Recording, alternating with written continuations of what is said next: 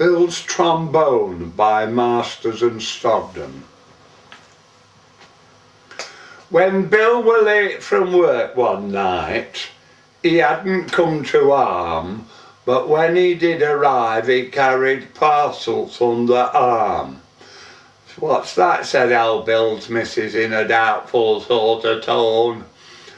"I bought it second hand," said Bill with pride, "it's a trombone."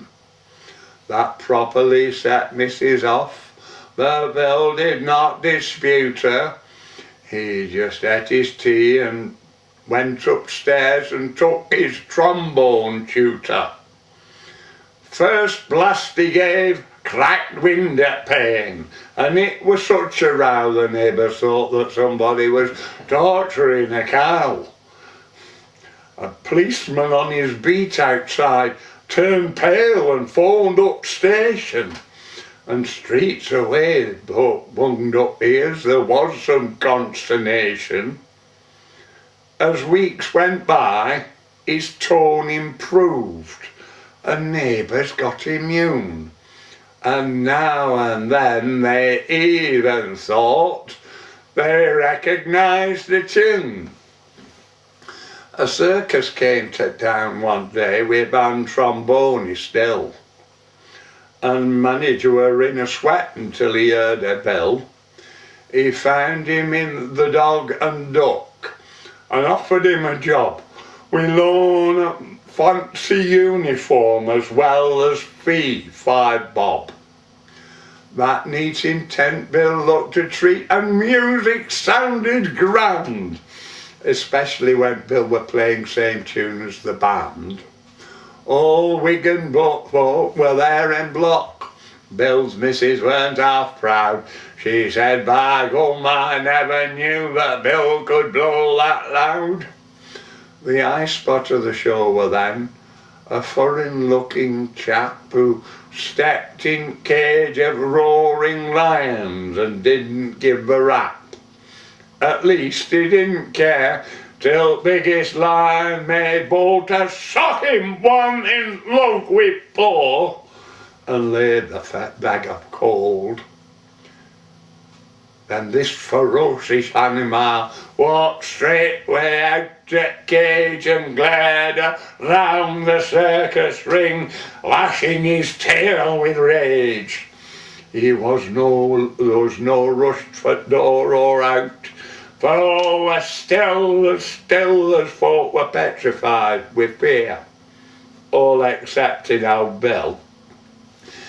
He got down from his seat in band and walked into the ring. Then putting trombone next lion's ear, he blew like anything. This made the lion give a roar, but old Bill didn't flinch. He blew another mighty blast and never gave an inch. This made the lion blink a bit.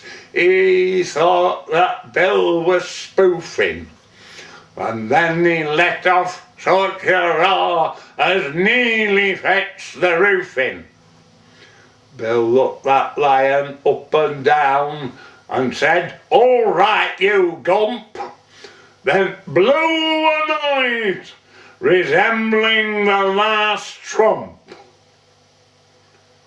He blew trombone clean inside out, and spellbound folk all saw lion put tail betwixt his legs and touch for lot with paw. He gave a coo like little dove, his face was drawn and sad, and old Bill pushed him back in cage and people cheered like mad.